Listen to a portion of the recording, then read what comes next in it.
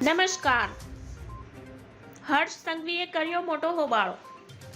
ત્રીજી વાર મોદી સરકાર બનતા ભારત વિશ્વની ત્રીજી આર્થિક મહાસત્તા બનશે. સુરતમાં ગૃહ રાજ્યમંત્રી હર્ષ સંઘવીનું નિવેદન.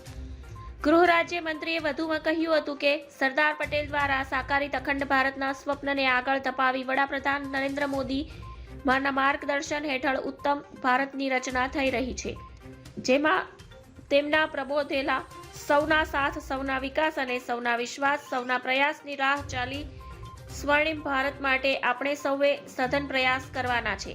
ગૃહ રાજ્યમંત્રીએ કામરેજ તાલુકાના વિકાસ માટે 25 લાખ રૂપિયાનો ચેક જિલ્લા કલેક્ટર આયુષ ઓકેને અર્પણ કર્યો છે.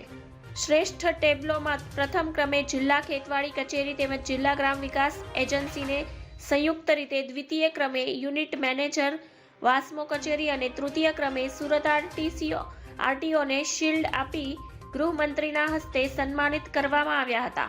આ વેળાએ ગૃહ રાજ્યમંત્રી હર્ષ સંઘવીએ અહીં સુરત જિલ્લા રોડ સેફટી કાઉન્સિલ દ્વારા ટ્રાફિક પોલીસ વિભાગના કર્મચારીઓ માટે આયોજિત નિઃશુલ્ક નેત્ર નિદાન કેમ્પનો ખુલ્લો મૂક્યો છે, તેમજ માર્ગ સલામતી અને ટ્રાફિક નિયમ પાલન માટે જાગૃતિ અર્થે ટ્રાફિક પોલીસ આયોજિત બાઇક રેલીને ફ્લેગ ઓફ આપી પ્રસ્થાન કરાવ્યું હતું.